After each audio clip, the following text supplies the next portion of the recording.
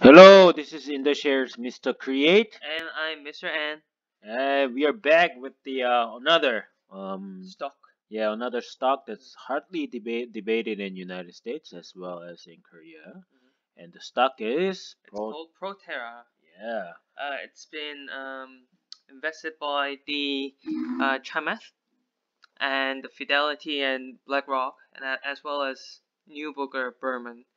And it's an all-around leading company in vehicle electrification. So they are producing batteries and the buses and also the charging stations. Okay, so let's get it. Mhm. So, it's a company that manufactures and designs electric vehicles, primarily, and it was founded by Dale Hill in 2004.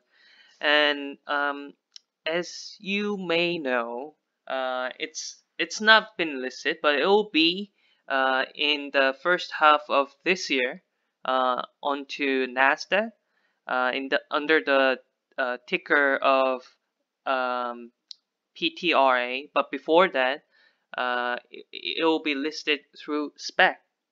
So it's called ArcLight Clean Transition, and the ticker is ACTC. So, well, this company promotes to become a end-to-end flexible tech platform, and tech platform. It's no, these days almost all all of the tech companies are claiming themselves that they are platform companies, and it is true also for the Proterra. And they have the three business segments, and it okay. Let me explain one by one. Proterra Powered. They manufacture battery systems and electrification solutions, and uh, and there are a lot of OEM manufacturers. I mean the electric vehicle OEM manufacturers, and Proterra is producing batteries, uh, which is tailored to their partners, such as Daimler or the OEM manufacturers in the United States, and also uh, in the Proterra Transit segment, they produce electric transit bus, and also um, the charging and energy management solutions are manufactured under the Proterra Energy segment.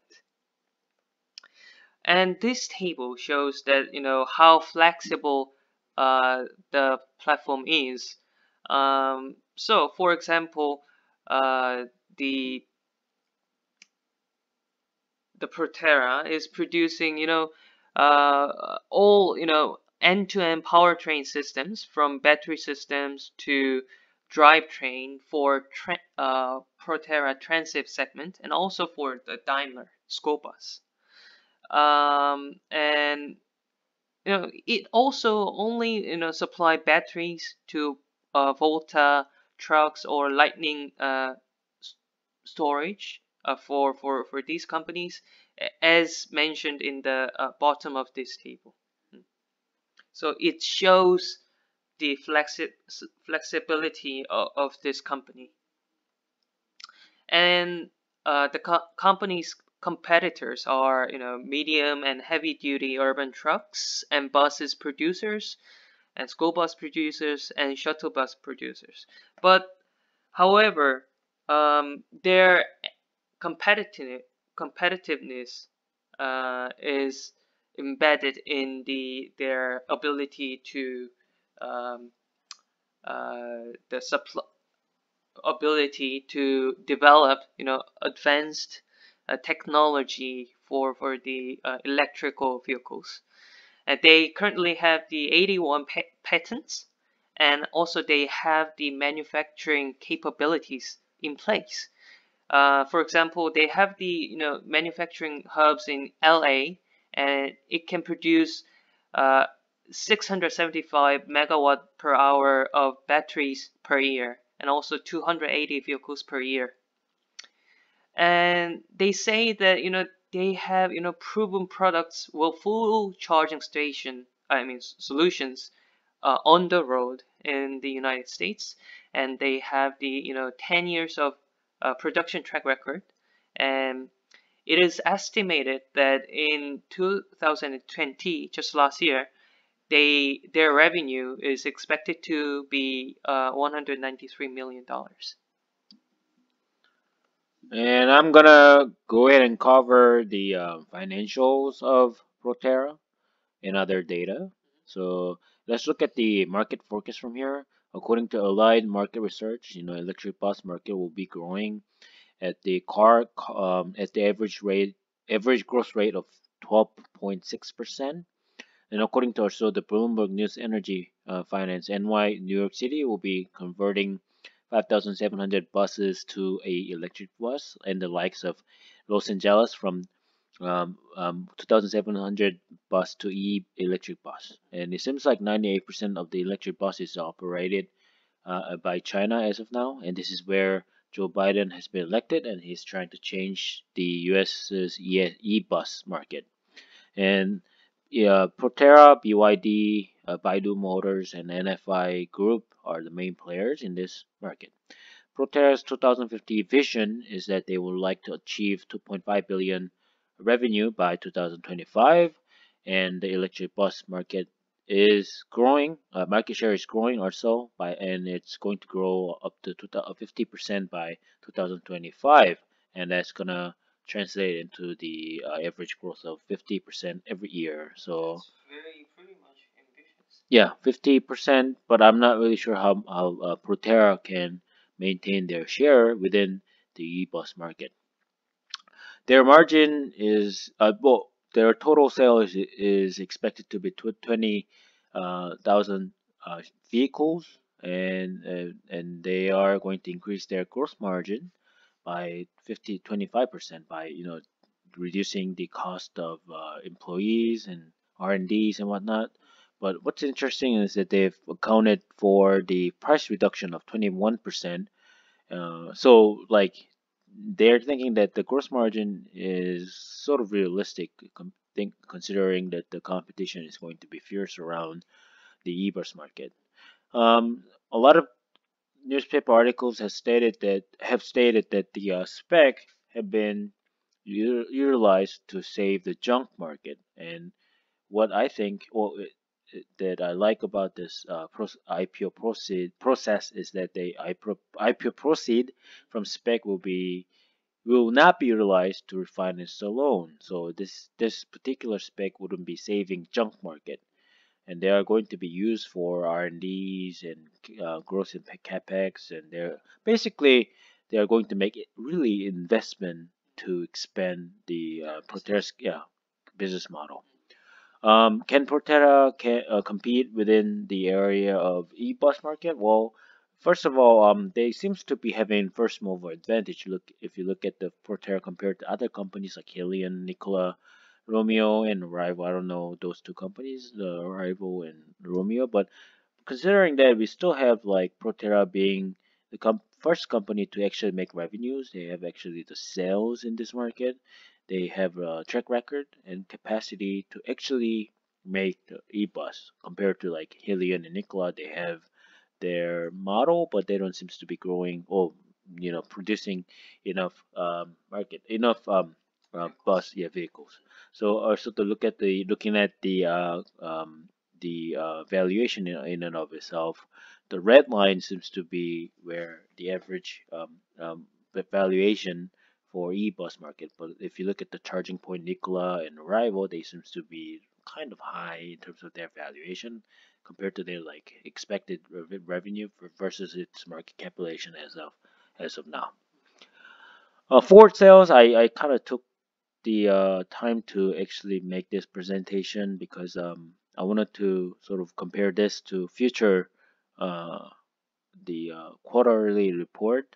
But they're thinking that from 2022 to 2025, they're going to grow their revenue by like 80% almost. So this is very aggressive in assumption, but I'm pretty sure with this IPO proceed, they'll be expanding their factories to make contribute to their revenue. So let's take a look at it into the future if they are going to maintain their guidance.